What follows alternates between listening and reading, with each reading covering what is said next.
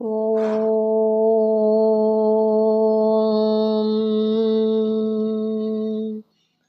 నమో భగవతే వాసుదేవాయ.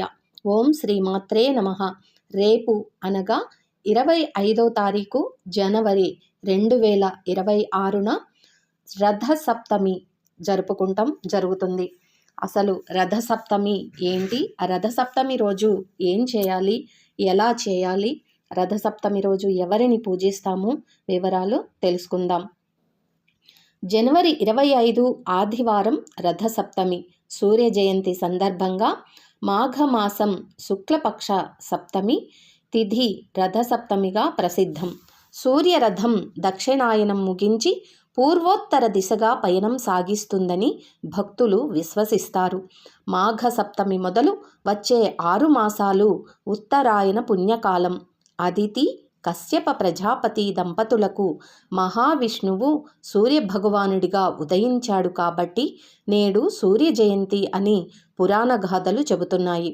సూర్యరథానికి కూర్చిన 7 గుర్రాలు 7 వారాలకు 12 చక్రాలు 12 రాసులకు సంకేతాలు. సూర్యుడి పేరుతో ప్రారంభమయ్యేది భానువారం. శనివారంతో వారాంతం అవుతుంది.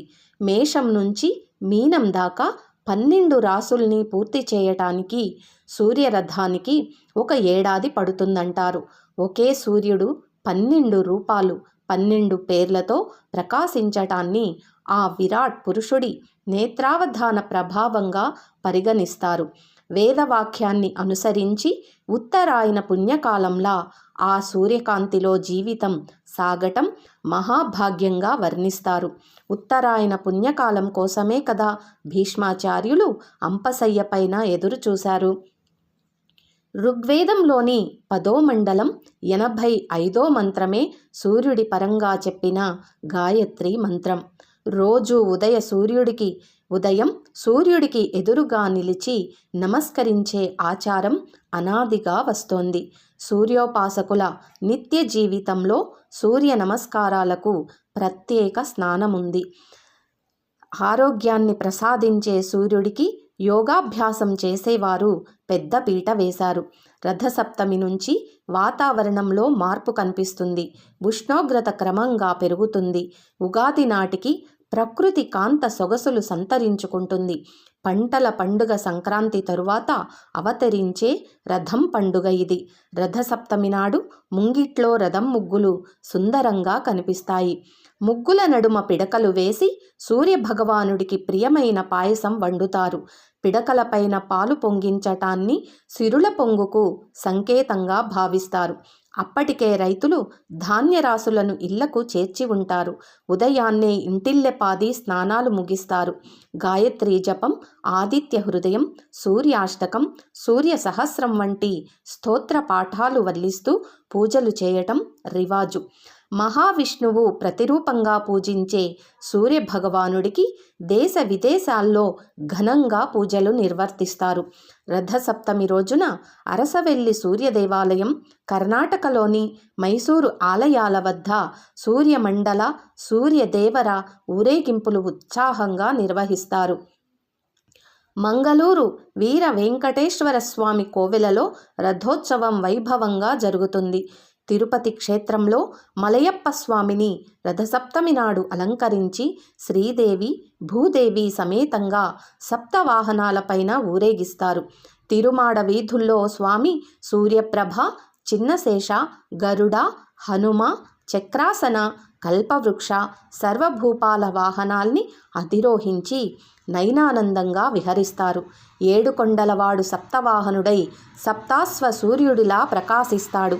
సూర్యుడి దేవాలయాల్లో కోనార్క, విరించి, నారాయణ క్షేత్రాలు. ఈ విరించి నారాయణ క్షేత్రం ఒడిశాలో ఉన్నది. మొధేరా అంటే ఇది గుజరాత్లో ఉన్నది. ఈ సూర్యుడి దేవాలయాల్లో ఇవి చాలా ప్రఖ్యాతమైనవి. విదేశాల్లోనూ సూర్యారాధన సాగుతోంది. అందుకు చైనా, జపాన్, ఈజిప్టులు ఉదాహరణలు. జీవరాశికి ప్రాణశక్తిని, ఉత్తేజాన్ని ప్రసాదించే అధిదేవత సూర్యుడు. సూర్యుడు జ్ఞానమండలం అని సూర్యమండలాష్టకం చెబుతోంది. జయాయ జయ భద్రాయ అంటోంది ఆదిత్య హృదయం. శరీరయాత్రలో జీవుడు చేసే కర్మలన్నింటికీ సాక్షిభూతుడు సూర్యుడు. బాహ్య ప్రపంచాన్ని వెలిగించటంతో పాటు అంతరంగంలో ఆవరించిన అజ్ఞాన అంధకారాన్ని తొలగించే జ్ఞానదీపం రవిబింబం. ప్రత్యక్ష దైవంగా సూర్యుణ్ణి ఆరాధిస్తే పరబ్రహ్మ సాక్షాత్కారం కలుగుతుందని సాధకుల ప్రగాఢ నమ్మకం. అందుకే సూర్యుడు సూర్యనారాయణ స్వామిగా రథసప్తమి నాడు పూజలందుకుంటున్నాడు. ఇదండి రథసప్తమి విశేషాలు. సూర్యుడు మనకు సకల ఐశ్వర్యాలను, ఆరోగ్యాన్ని ప్రసాదించే ప్రత్యక్ష దైవం. రేపు రథసప్తమి నాడు అందరూ కూడా సూర్య భగవానుణ్ణి ఆరాధించి ఆ స్వామి కృపకు పాత్రులు కావాలని ఆశిస్తూ ఇంతటితో ముగిస్తున్నాను. ఓం తత్సత్. ఓం శ్రీ కృష్ణార్పణమస్తు. ఓం శ్రీ భగవతే వాసుదేవాయ నమః. ఓం శ్రీమాత్రే నమః. ఓం శ్రీ గురుభ్యో నమః. స్వస్తి.